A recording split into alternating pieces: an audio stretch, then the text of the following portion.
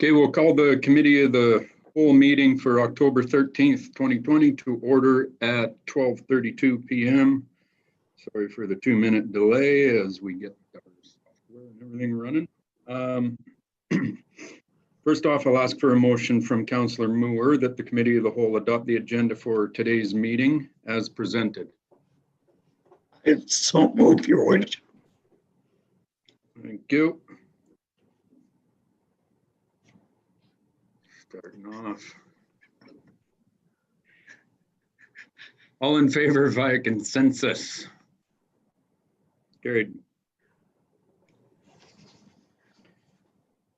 Ask for a motion from Councillor Masterman that the committee of the whole adopt the committee of the whole minutes from September 14th as presented. I so move, Mayor Snodgrass. Thank you. All in favor, consensus? Carried.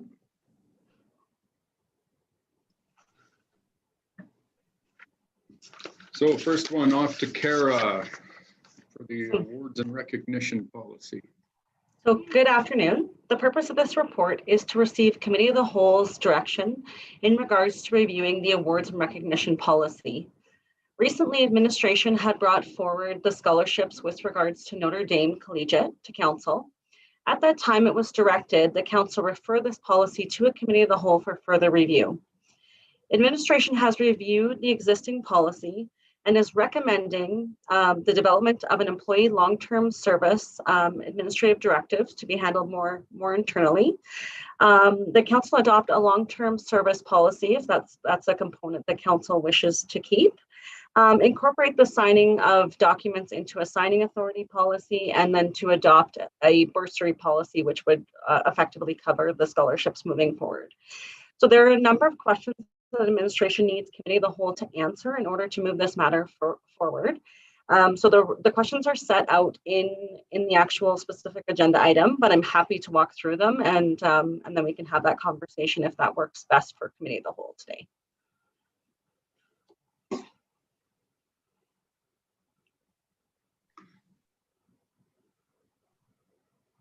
Any questions from council before we?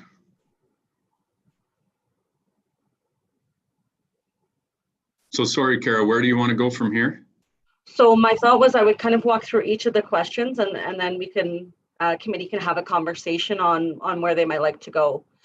Okay. So maybe the first question I have is the awards and recognition policy is quite outdated. And so like I said, we've made some recommendations in terms of some changes and how we could move this forward.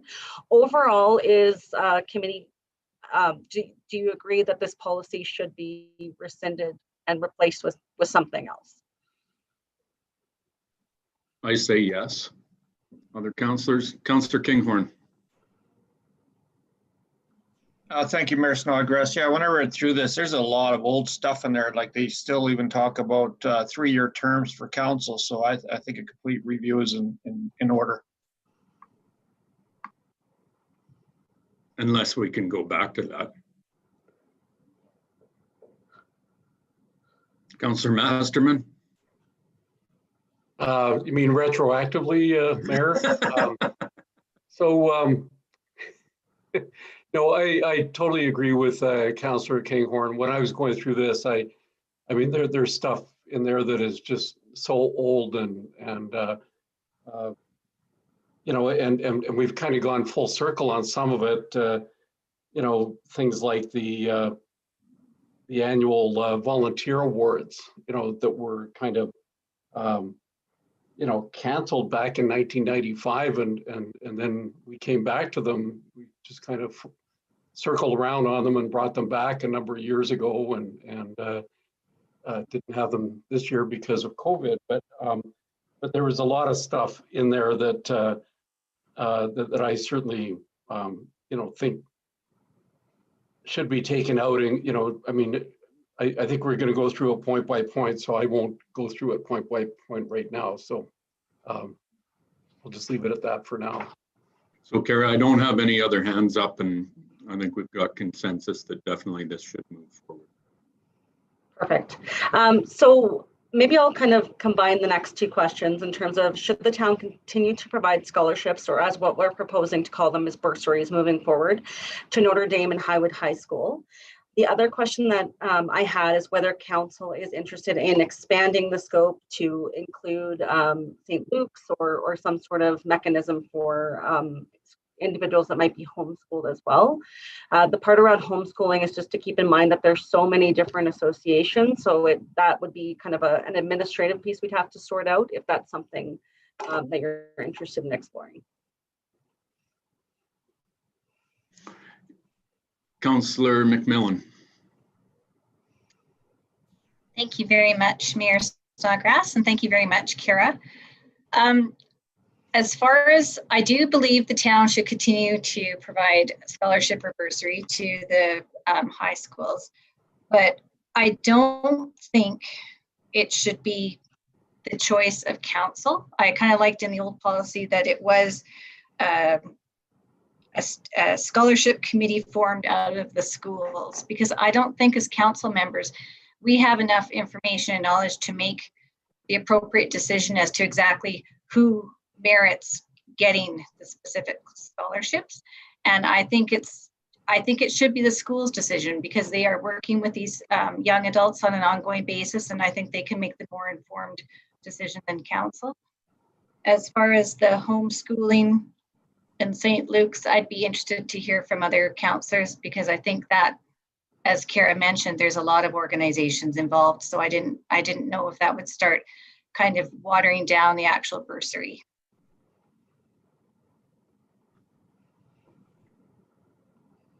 Thank you.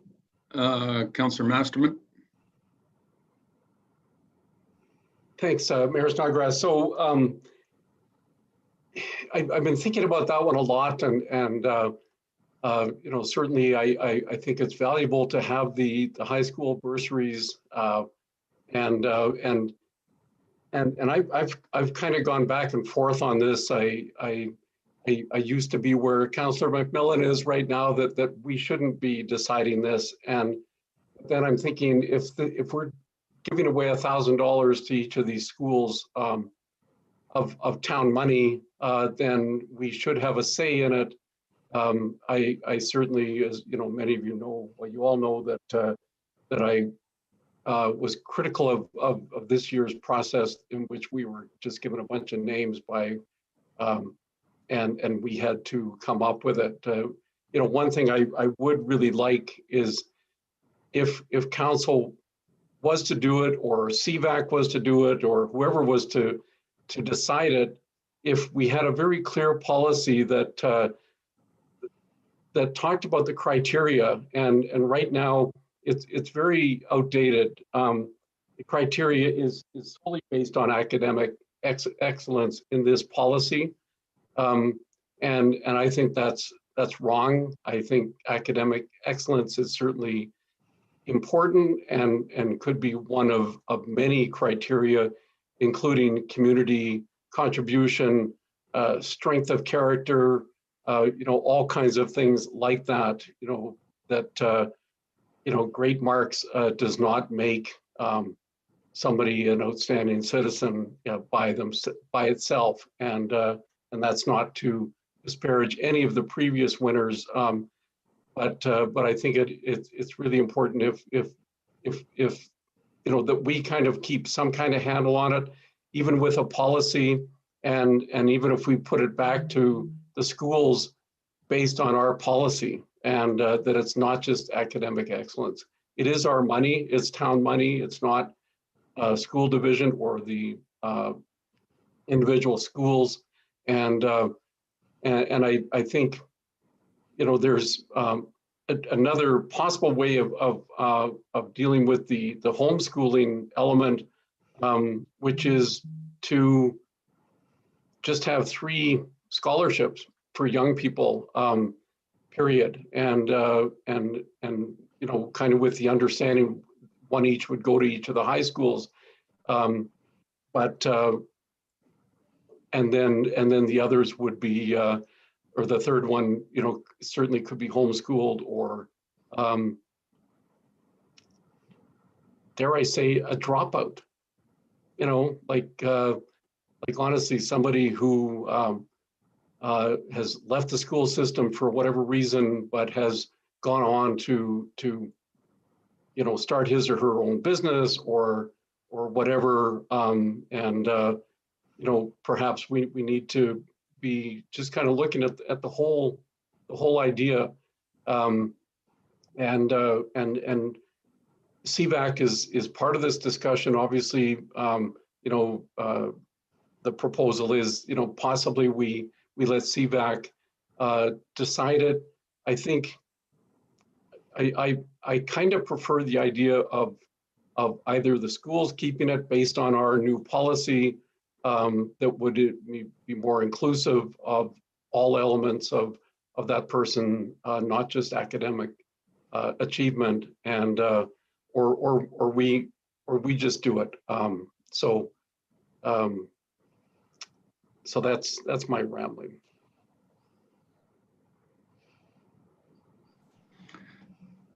Thanks, Bruce. Councillor Cooey.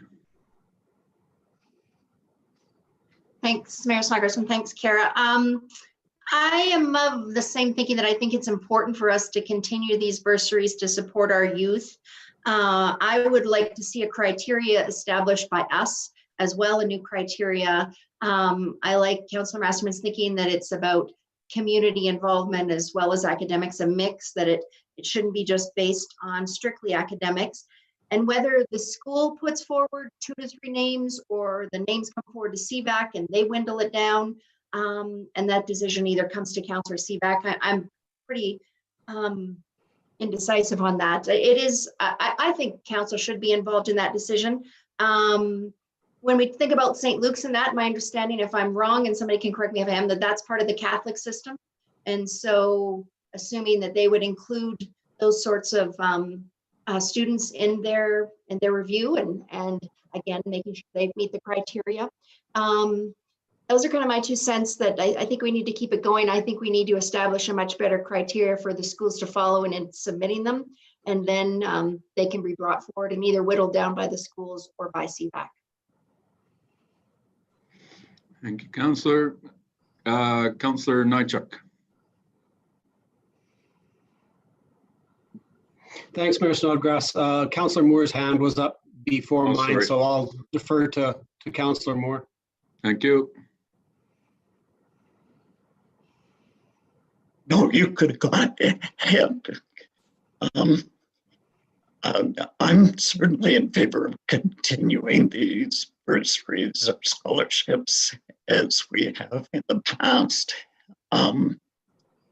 I think each school has a committee determining all of the recipients of the various scholarships that they hand out.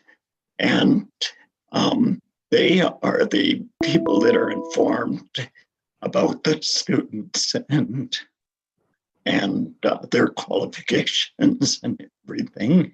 If we supply a criteria to them and they just supplied us with 1 name and not a list of names, and then we take it from there and just issue that. Normally, one of the counselors goes to hand out the town scholarship, and that procedure works fairly well. That's all.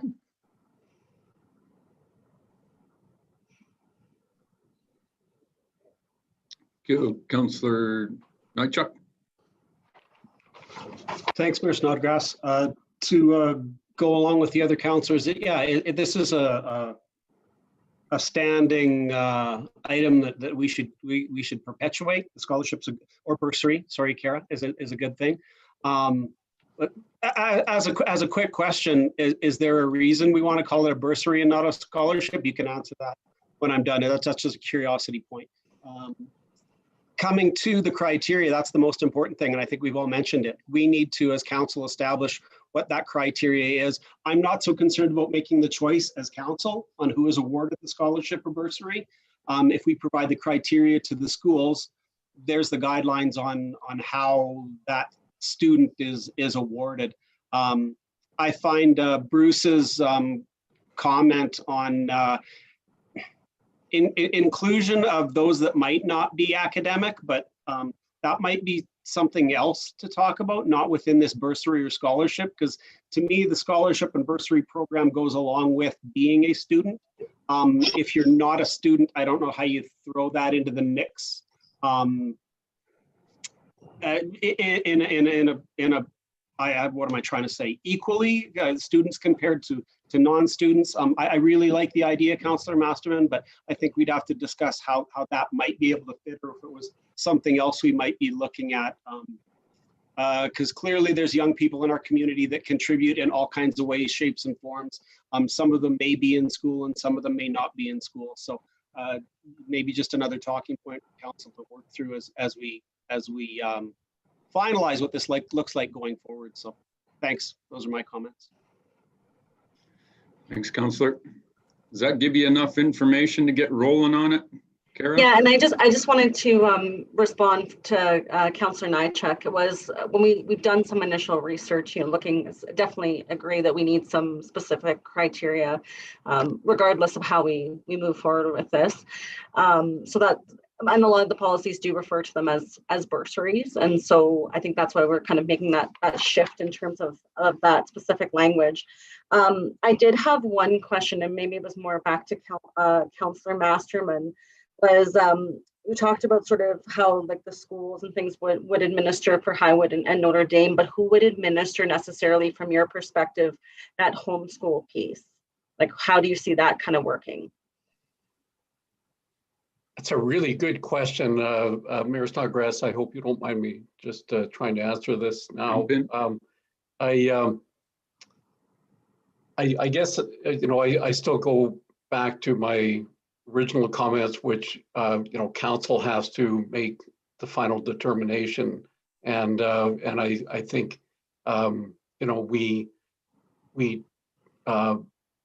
we get messaging out to the community that we're, that we're looking, just as we do when we're looking for volunteers or candidates to be recognized as volunteers. We sort of get the word out to the community, and then it comes back to, CVAC or council.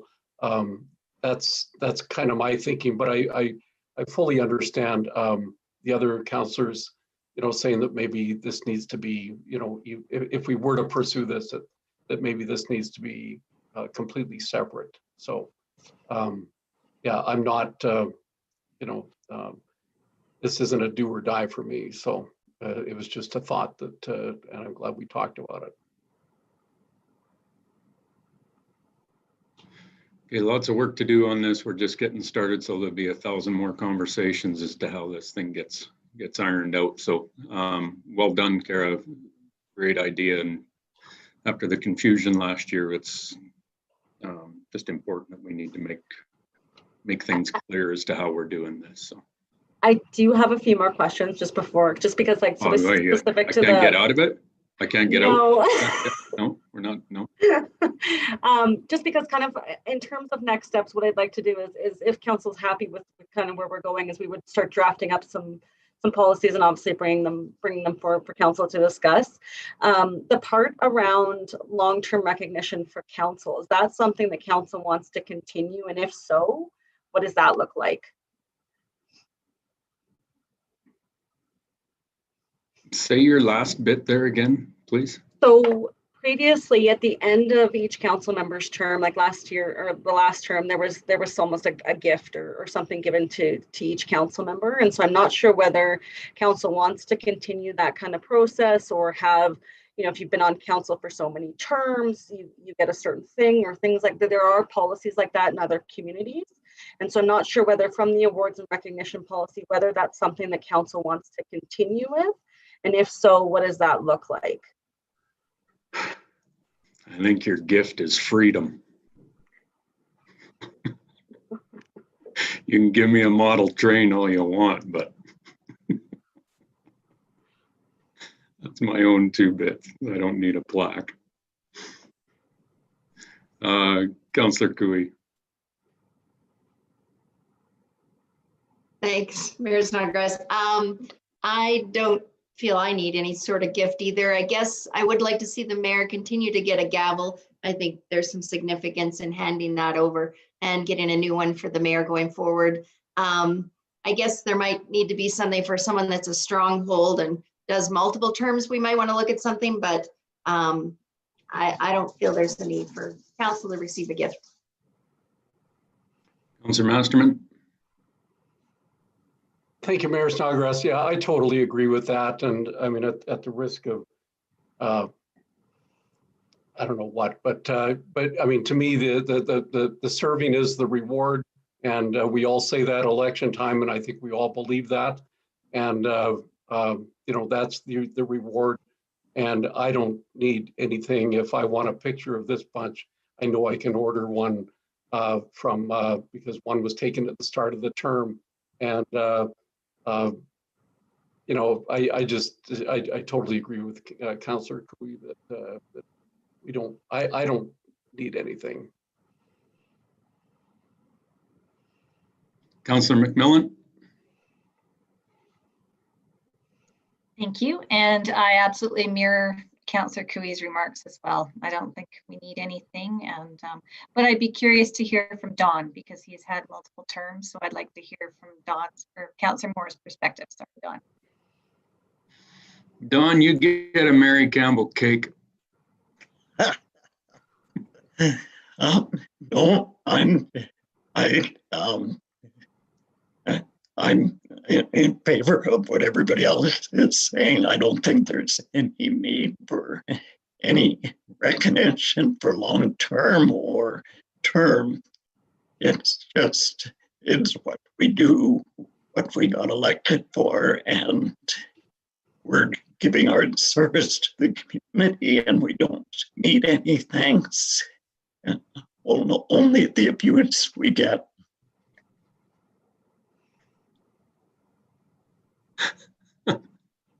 That's why we run. You got everything you need, Kara? I think generally, in terms of signing authority, I didn't hear any concerns brought up about transitioning the signing pieces into a signing authority policy. I think that would be pretty standard.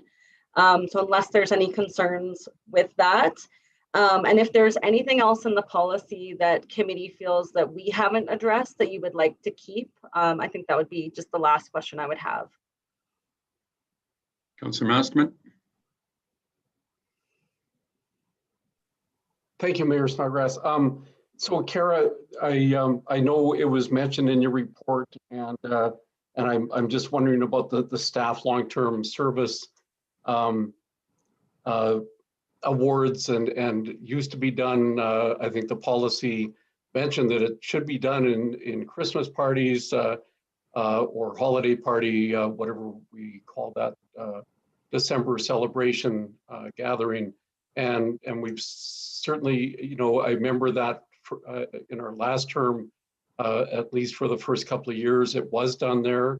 And then we seem to get away from it. So I guess I'd kind of like us to look at that as well, whether we just go back to the awards being handed out at the Christmas party, the holiday party, whatever we call it, and or whether we actually have, as we've done the last few years, but not this year, whether we have a separate event at a local venue. And I personally, I'm in favor of it being done at the annual party gathering in December, and but that's just my thought. So what I will say is you've explained it great about how we've transitioned right away from we really wanted to celebrate staff, I think, and I'm sort of speaking on behalf of, I guess, Sonia, and maybe Nicole can jump in if I misspeak on anything, is we wanted to have that recognition kind of separate from our Christmas party, so that it really is about celebrating staff and the things that they have accomplished on behalf of the town. I think really what I was getting at in terms of this report is whether that needs to fully be a council policy or more of an administrative directive that sits under the CAO, since the staffing is ultimately under the responsibility of the CAO kind of moving forward. Ultimately, council approves budget and things like that, which would drive this.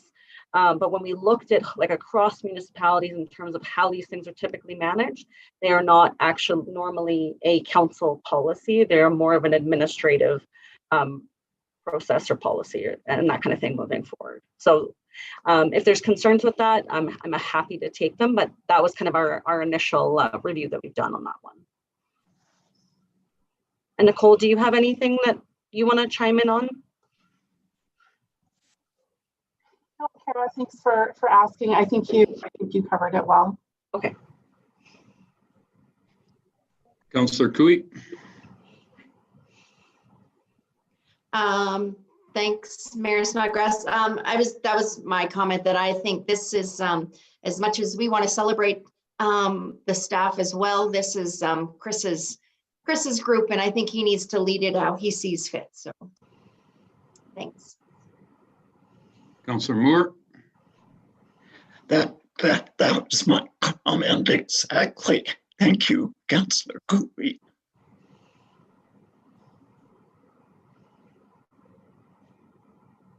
Good, Kara? Yeah. Thank you. Councillor Masterman, before we go. Sorry, Mayor Snodgrass, I was going to remove my hand being up, but I just wanted to say this is why I really appreciate hearing from other people, because I'm so often change my mind on things based on what I hear from others, and certainly this is Chris's domain, and my earlier comments, I'll go along with whatever the decision is, and I wasn't trying to kind of bully anybody into making a decision the other way. So thanks everybody for the comments. Thank you. Thanks very much, Kara. Very well done. Okay, on to number 4.2, the Bob Snodgrass Recreation Complex Arena discussion. So this has come up, now that we're starting to reopen the rec center and user groups are using it, and we're consistently learning our way through this COVID safety stuff. A couple of issues have come up into play, and I'm just going to hand it over to Councillor Kinghorn because he's the one that sent out the email requesting that this be on today's meeting. So I'll let you kind of get the discussion started. Councillor Kinghorn. Okay, thank you, Mayor. I think the reason that I got the email is because I was the council designate for the rec board. There was a few emails that went around talking about what was going on over at the Recplex. It appears that since those emails exchanged and since I asked to be added to the CAL meeting, that most of the issues have been resolved over there, and most of it seems to stem around communication. There's still two sort of outstanding issues, and I just like comments from Chris on what he thinks about them. But one of them is that these tryouts, they're only allowed 2 dressing rooms, and they've got 40 players, and there's 10 people allowed per dressing room. So what happens is we get 10 and 10 in the 2 dressing rooms, which meets AHS compliance. And then we get 20 guys standing out in the hallway, well within the 6 meters or 6 feet of distancing. So we're forcing them to crowd together. And they've been told that there is no more dressing rooms that would be open for them. So I was just asking if we could look at that. And secondly, there is no bathroom facilities open to the players in the dressing room area. They've locked the bathrooms and turned off the water. And of course, there's concerns about that. Right now, the kids are going outside, out back. There is the washroom down at the main door that's open, but they have to basically take their gear off or skates or whatever off to go down and use that. And I think the concern was around the showers. And I thought if we could just turn off the showers and let these guys use the bathrooms, mostly because obviously they need them. And in case there's somebody gets hurt and they need some water, there is no water available. that's really about all that's left. And there was some discussion about the seniors hockey as well, that they've gone out to Blackie because apparently they can't get the ice at the Recplex. I don't know if that's just rumor or if that's really what happened, but I'll leave it at that. Mayor Snodgrass, could I respond? So I think all the issues have been resolved. The tryouts was the difficult part because they had 40 players showing up. If they had communicated that to us, we would have opened up additional locker rooms. But by the time we knew that there was 40 players coming up, they were already there. And so we did our best what we could do. So I do know that the subsequent nights that they did open up additional locker rooms to accommodate them. We are looking at the washrooms being opened up and trying to adapt from that perspective. Hockey Canada guidelines are their guidelines, and this is where the gray area is that everything is a guideline right now. It's not a regulation. And it's, you know, the guidelines as it relates to showers is that you must maintain social distancing if showers are open, but it's up to the facility to make that decision. And so we made the decision to keep them closed. And from that perspective, as far as the seniors men's hockey, you know, the conversation that I've had with some members of that association was that they didn't like the regulations that we were putting in place about social distancing, not use of the showers, those types of things, and coming prepared to be hitting the ice quickly, not lingering in the dressing room. Dressing rooms only being open 15 minutes or 20 minutes before your ice time, that type of thing that allows us to disinfect and to ensure that it is a safe environment for people to use those facilities. I hope that addresses those questions, Councillor Kinghorn. Yeah, I'm good. I mean, most of this was dealt with by administration before this CAL meeting, and I've got to say kudos to those staff over there. It's really turned around and the teams are much more happier. I was not made aware that the dressing rooms were opened. But if we could do something for the bathrooms, it would be just golden. Okay. Councillor Masterman. Thanks, Mayor Snodgrass. So, you know, I think I'm glad that it worked out. But I think the process leading to things being resolved bothered me a little bit in that we heard reports and we heard from Chris that some of the staff was verbally abused, and I just, you know, we were under a lot of pressure to reopen the facility. We reopened it under various AHS guidelines, governing bodies of hockey guidelines, and a few of our own. And these people a lot of them didn't like it, and they made their anger and their frustration known to staff. And I really appreciate that it was handled, Chris, and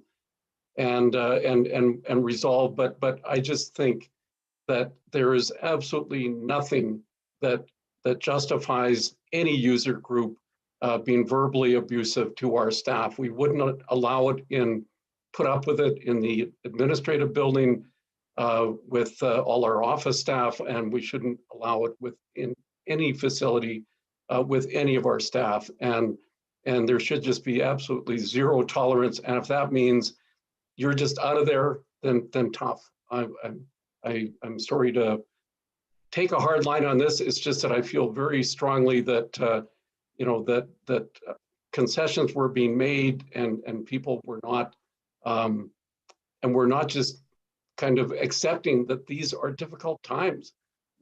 We still have a pandemic going on, and everything I think that was being done, that as explained to us, was all justified, and I think sometimes these user groups just have to suck it up and accept that these are the rules of engagement, and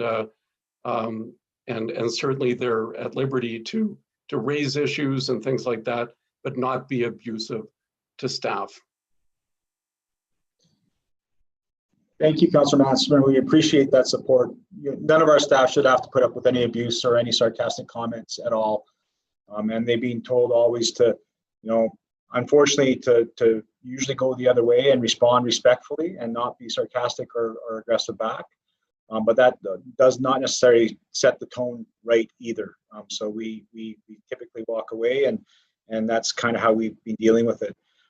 So I think we've resolved most of the issues. We've got a good line of communication with Foothills Minor Hockey Association. And this is a difficult time. It's not normal. People think it is normal. It's not. You know, as a great example, you know, one health authority back east has announced to minor hockey that you have to maintain 2-meter separation when you're on the ice. I'm not sure how you do that. Right? When you're after the same puck, it doesn't make much sense, right? So I think everybody's learning. It's going to be how adaptable and how flexible we are to change when things change, and when we learn more and more new things. We're not going to know everything about what takes place for quite some time still, and we're going to have to adapt. And as regulations and guidelines change, we have to adapt with them as well. So.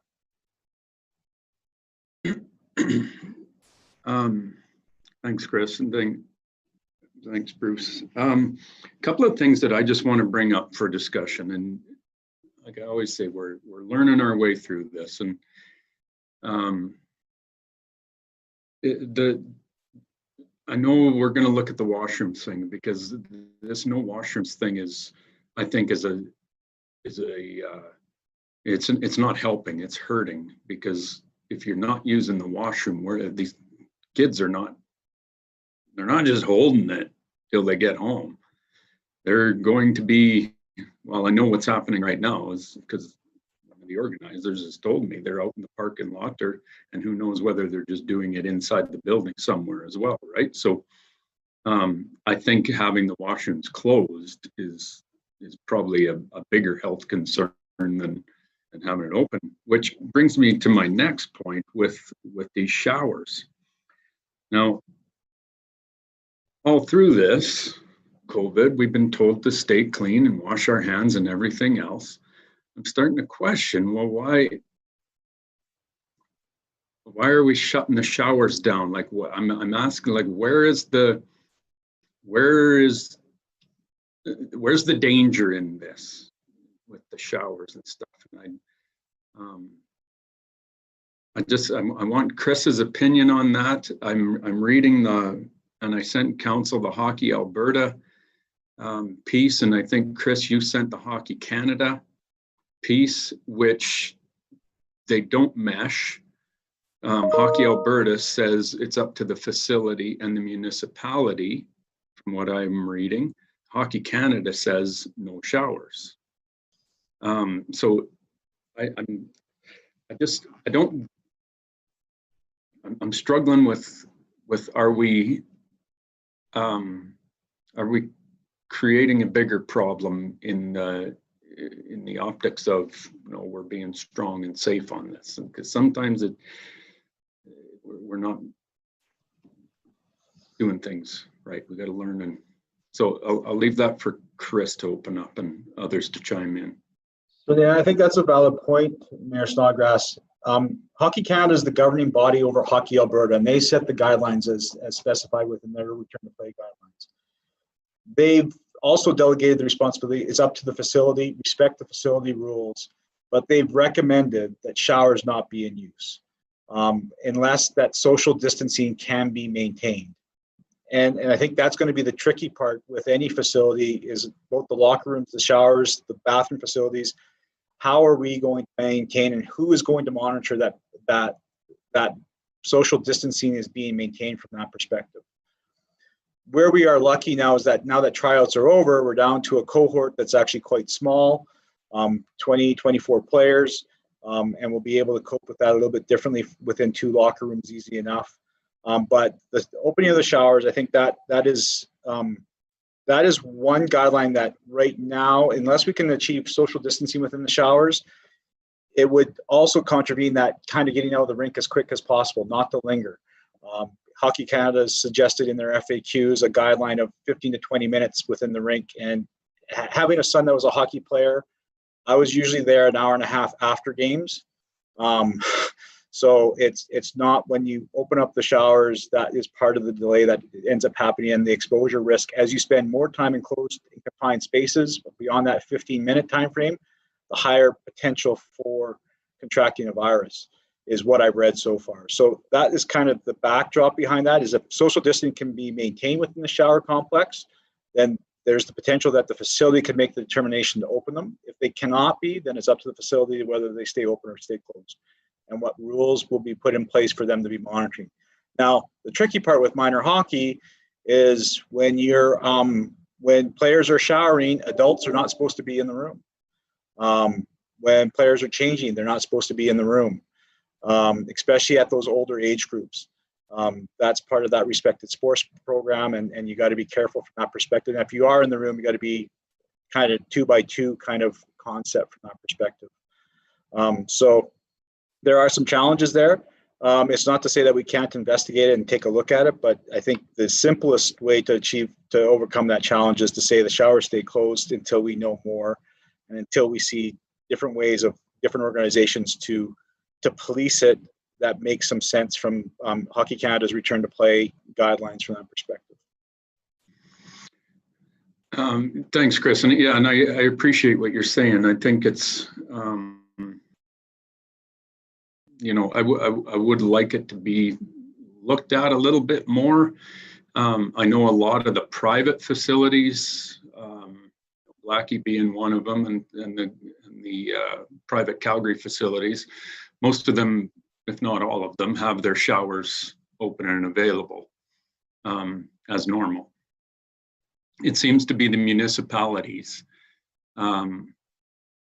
that, all levels of government will always err on the side of caution with these kinds of things. And I get why, because if you don't and there's a problem, then you get hammered from the other side, right? So, but at the same time, I like to make decisions based on the reality and the facts as to what's actually happening. And I like to make my own decisions based on where the problem areas really are. So I'd like just to keep an eye on it, and because there are no set rules. I know the one men's hockey group, yes, they absolutely left High River just basically because of the showers being closed, and I think they're out in Blackie now. And that's fine. That's their decision. And but as long as we're just keeping it open and dealing with reality and not always taking the easy road on this thing, I think we need to take the educated and the smart road as to where this thing's happening. I got Councillor Cooey with her hand up. Thanks, Mayor Snodgrass, and thanks, Chris. I guess if we do look at opening, and I agree that we need to look at this rationally and with all the facts on the table, I would just be curious from the standpoint of cleaning between uses, and if that would impact the user amount of time available, and what those impacts would be if we look at opening. Just because that I think is going to be another thing to the mix, is that those spaces have to be sanitized and cleaned before the next group, and that obviously in itself seems somewhat onerous. So just wanting that information if and when we get to move forward opening these. Chris? Yes, Councillor Cooey, it would certainly, the longer we have the people in players within the locker room, it will impact other user groups and the length that it would take to clean them. Because now with the showers being fully open, it would be a full cleaning, not just a simple disinfection. It would be a full cleaning from that perspective. So when we have to open up more locker rooms, so if we have two teams playing, we'd be opening up all 4 locker rooms.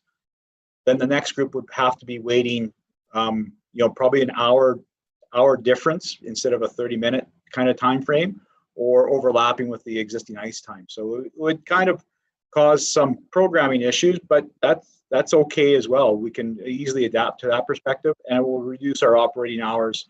Not our operating hours, but the amount of billable time, I guess, is probably the best way of the arena from that perspective, because we would be reducing the amount of groups that flow through the arena perspective. Yeah, and I think that's another thing I was thinking about, Chris, because I completely understand that the cleaning thing and the time that it takes and scheduling and everything else. I think it's important that we don't have to accommodate absolutely everybody that comes knocking on the door.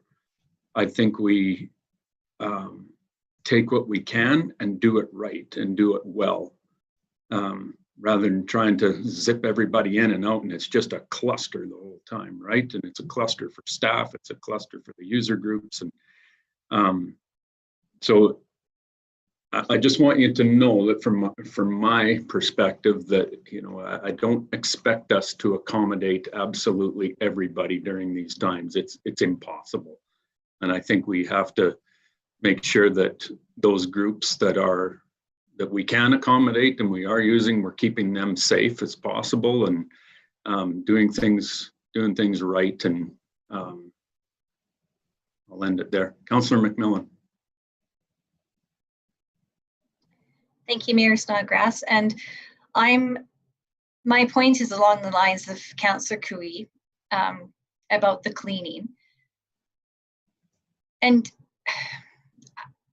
also with Mayor Snodgrass, we have to keep users safe, but also I think there's a little bit of personal accountability here as well, that when we go to facilities, it's user at risk, right? And I think if we establish some policies or procedures that it's also about the users taking that control to clean and sanitize as well, and knowing there'd be a time limit. And I know, like, I'm going to use an example which is different than hockey, but for example, I've been doing some yoga teacher trainings, which have been long days, and they've got policies. It's easy to physically distance because they've limited, but every time you go to use the washroom, you sanitize. And I think that's being part of being an independent person as well. And so I think for these user groups, instead of putting the entire burden on town staff, it's the understanding that, yes, I don't know what I'd like to know is how Blackie deals with it. Do they pre-book, or like at the swimming pools in Calgary, I know you have to arrange a time. But also, I think it's up to users to take responsibility to do a thorough cleaning, because I know this is different times. And as a municipality, we don't want to run that risk of all of a sudden an outbreak. But the reality is, it's about taking some ownership and also that pride in your facility as well. So instead of having it as a totally on the responsibility of the town. So sorry if I kind of rambled, but I think it has to be a shared responsibility to keep these places clean, just like it should have been before. Couldn't agree more. There's absolutely user accountability, and these parents and the kids, they are choosing to take this level of risk right now, and there is a level of risk to it. But that's absolutely their choice. And if we open the showers and they want to take a shower, we can't control everybody all the time. I think it gets very, very dangerous. So, Councillor Masterman. Thank you, Mayor Snodgrass. Yeah, I appreciate everybody's comments. I really do think I appreciate the approach that Chris is taking, and I think we have to err on the side of caution here. I know it's maybe not our job to keep everybody safe, but as Councillor McMillan alluded to, an outbreak at the rec center is just going to lead to it being closed down to all users. So we can't afford that. All the other users can't afford that. So I'm fully supportive of just doing whatever we can to err on the side of caution. And I know it leads to frustrations, it leads to stinky players leaving the building. I get that. But I just don't think we can risk take any risks right now. So thank you. Got a little bit of clarity, Chris? Well, I think the main point is that let's just keep our options open. We're not, let's just keep our minds open and dealing with reality and not, because one thing I'll say, Bruce, is that, you know, are we open or are we not open? Because if we really want to be safe, well, let's just lock the whole thing down again. Let's just close it down, right? But we have chosen to open it. So, and we can't open it and then say, well, we're open, but you can't really use it.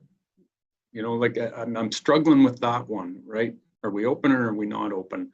And I don't mean a complete free for all, but there are areas that we can kind of, you know. So, Mayor Snodgrass, I can add a couple points. That one, both Hockey Canada and Alberta's return to play guidelines suggest that all teams pack disinfection equipment with them, both traveling to other arenas. And we have to remember these teams are going to be traveling, and there's going to be teams from out of town coming in here that we don't know what cohort or what bubbles that they've been in as well. So we need to be aware of that. They're paying for the facility. So there's an expectation that's going to and clean as per our standards and our specifications from that perspective. Not just disinfected, but clean. And so there is some onus already within that to make sure that even if they're going into a clean facility, that somebody on the team disinfects all the high touch surfaces, faucets, taps, door handles, you know, and be careful from that perspective. Now, having a teenage son who played minor hockey at an elite level, I know they don't take much onus on keeping things clean. I've watched how they take care of their gear, and it's not necessarily a clean environment, a hockey player by any stretch of the imagination. So it is, a hockey team is a festering petri dish of different types of illnesses that go around through the season. It's probably one of the worst sports from that perspective of transmitting illness. And you just have to stick your hands in a hockey glove once and see what you get coming out of it. So that's those types of things. So we could, again, increase our communication to these user groups to increase some onus on making sure that they're comfortable going into those facilities. But there is the expectation that when they come and rent the facility, that they're paying for it to be clean, that they're paying for it to be safe for them. And we have to make sure that we deliver that to those clients still from that perspective.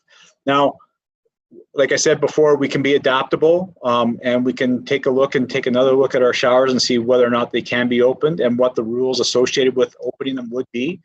But if we're going to try and limit the number of hours or time that's spent in the locker room, if one person can only shower at a time on a 20-person team, you can see how that time kind of rolls along and how quickly that becomes an hour or longer within that dressing room. And so we need to take a look at that, but we can take a look at it. We're not closed to any kind of solution. A lot of these user groups are actually asked to come back with their plans about how to reopen and build how their user groups are going to use the facility from that perspective. And then we developed rules and frameworks around that as well at what we've been told. And there is, and Mayor Snodgrass hit the nail on the head, there is inequity on different facilities. Municipal facilities have to play by the rules and all the rules and have to be seen by playing by the rules. So the playing field is certainly not level for us compared to those private facilities. And those private facilities can push until they get kind of an inspection report done from that perspective. And if OH&S comes in and sees that they're not complying with any of the guidelines or the orders from Alberta Health, they could shut them down. So those are types of things that we know OH&S has been through our facilities, been very happy with our return to opening and our guidelines that we put into place. But we can certainly invite them back in and have another look and see what else we can adapt to from that perspective.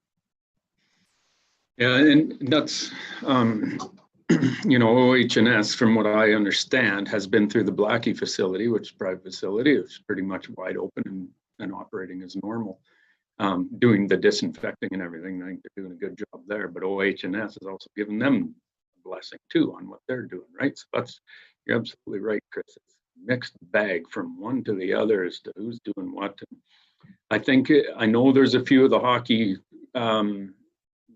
crowd that's watching this video right now, and you know, I'll say it straight up to you guys, with when you come into our facility, you got to make it really clear, the coaches, managers, and through to all the players, you got to make it real clear that it's not normal. And yes, we have to, you got to do your part in keeping things safe, because if we do have an outbreak or something, man, the chances aren't looking very good that we're going to be able to keep it open as the way we want to, right? So everybody has a part to play. It's not just the staff at the rec center. And the more those teams can do when they're in there, the easier it is for everybody to keep it going. And I'll send it to Councillor Moore, please.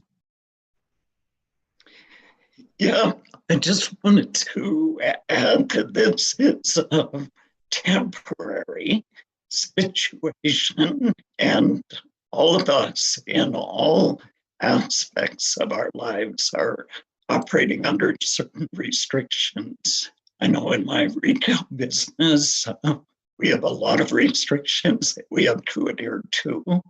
And the primary goal is to keep everybody safe and not have any more breakouts. Otherwise, we're all going to be closed down and have nothing. The primary thing is the use of the ice. The dressing rooms are there to facilitate the use of the ice. But I mean, if you have to have a shower when you go home, that's part of the inconveniences of this COVID thing right now that we're all operating under.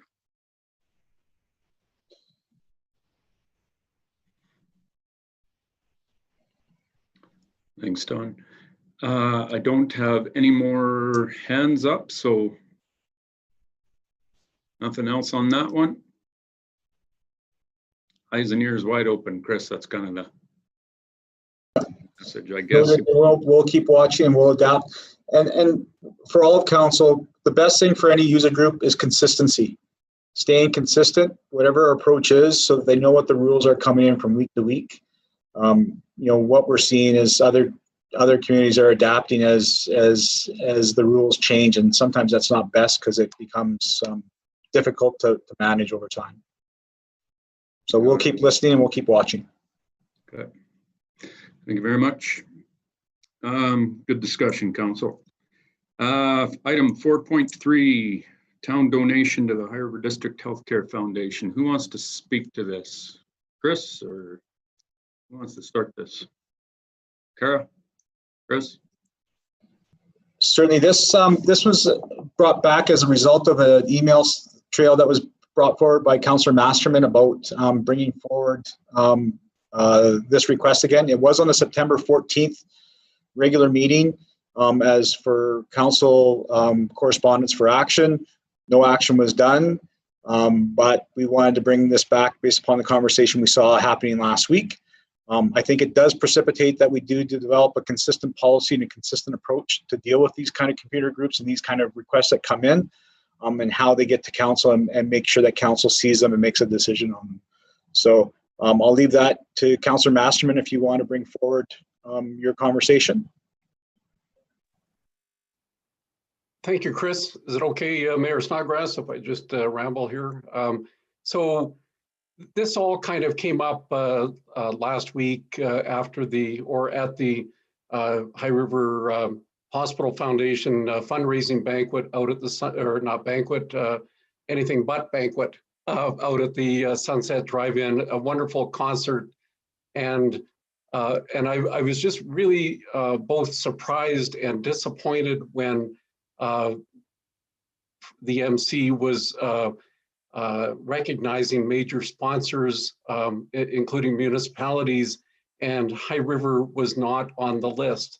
And I was surprised on a couple of counts, one being that we're all affected by and helped by the work of the foundation, and also the foundation is based in High River, and here the home municipality had not contributed. And I know, as Chris noted, and I'll be honest, I don't I think it was on the agenda back in September, and it was right near the end of the meeting, I believe, and I believe it was quite a long meeting, and I missed it, and we all did. So so I just think it's important that we maybe rectify that by I know we can't make any decisions in this meeting, but with the mayor's approval and agreement by other council members, I'd love to bring it back and add it to our council meeting at 3, that we actually make a donation of an amount that was certainly up to council to decide, but I have no idea what other municipalities donated and don't really want to know, but the figure that I was sort of bouncing around in my head was $1,000, but certainly could be higher, could be lower. But I think more importantly, and Chris alluded to this, we have to have a policy so that the hospital foundation in particular doesn't fall through the cracks, and whether that means that they're part of our community groups awarding of grants once a year during the budget process, it's not just the library and groups like that are helped, but I believe STARS is also on that list, and they get a per capita amount from us every year, if unless I'm mistaken. But I think it's really, really important that we make sure that the hospital foundation is receiving something annually from the town, and they shouldn't have to come to us and ask for a certain amount, I don't think, but I don't know if they'd be against that if that was a requirement. And I think this is maybe should be kept within council and not necessarily going to CVAC, because CVAC does deal with applications. I don't think the hospital foundation should have to apply. And so anyway, I just, I seem to be rambling a lot today, and I apologize, but I just think it's really important that we have a discussion on this, and if everybody agrees to possibly bring it in, add it to an item for our 3 o'clock meeting. Thanks. Thank you, Councillor.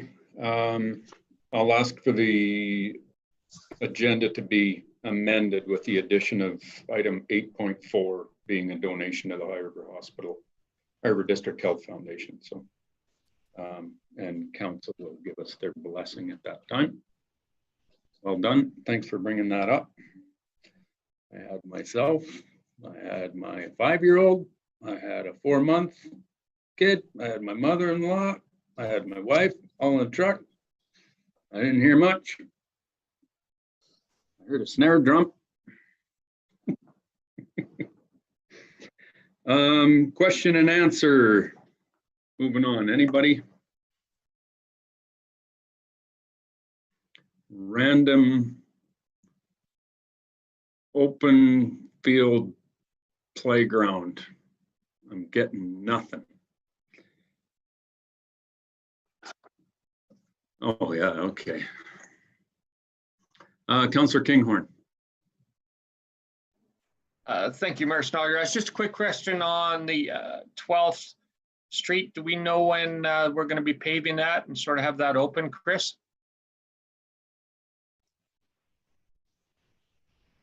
If I'm correct, Riley, jump in if I'm not, but I believe paving is either starting later this week or early next.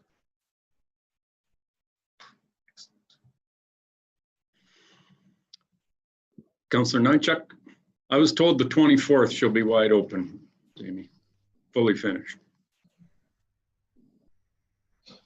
Councillor Nychuk.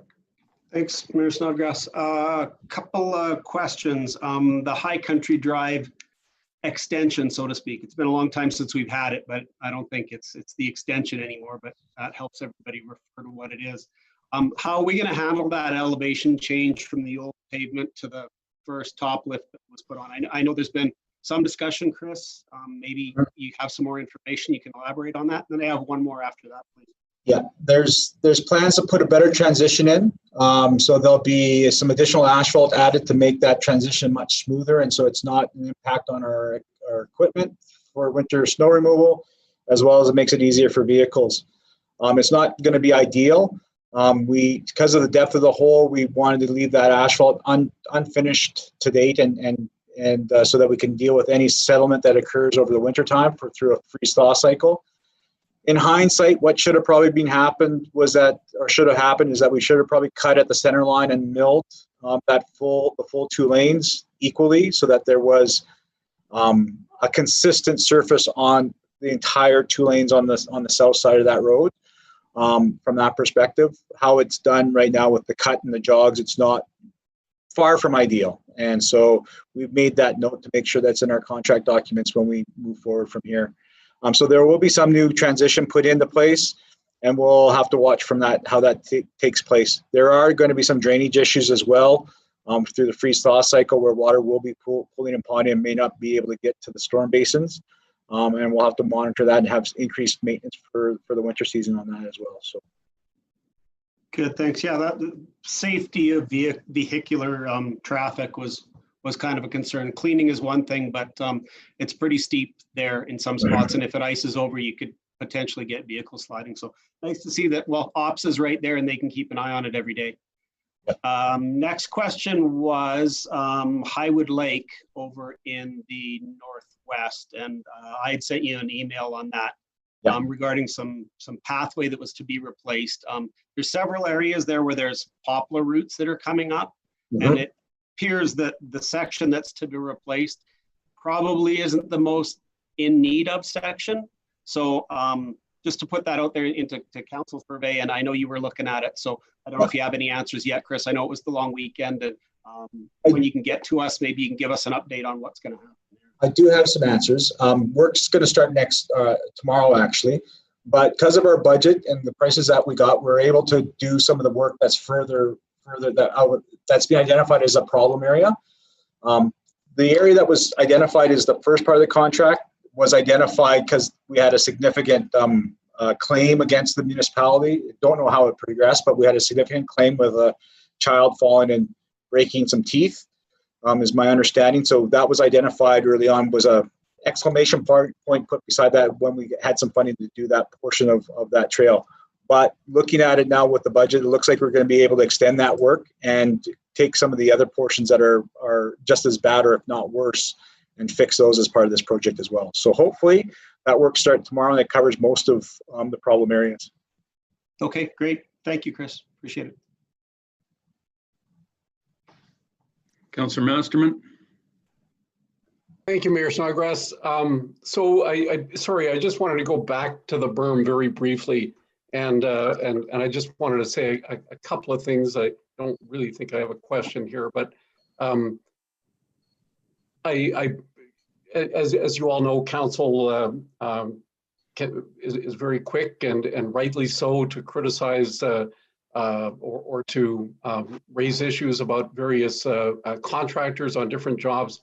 On the berm, I've heard nothing but good things from High River residents talking about how long, what kind of work days the people working on that project have been putting in. That fortunately we've been blessed with pretty good weather as well. But I just think it's really important that that maybe the contractor be made aware that that people have noticed this. That how hard people are working on this. And I think it's also really important that once it is done, that we get some communications out there right away, saying it's done, but also, and this is alluding to something, Mayor Snodgrass, it was on your Facebook page, somebody said, we'd be allowed to, hike or walk and cycle on the new berm. And the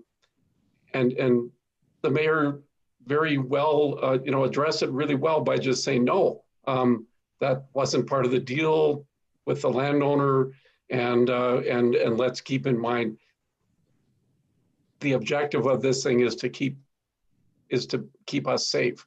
It wasn't to provide another recreation extension of the happy trails or anything like that. So I just think it's really important that the messaging that comes out about that time also addresses that in just a really nice way, like the mayor did the other day. And because otherwise I know we're going to get lots of questions about it. And if we can just address it in a very positive, preemptive type way, then it'll stop any possible questions about that or criticism. And so anyway, just wanted to say that. Thanks.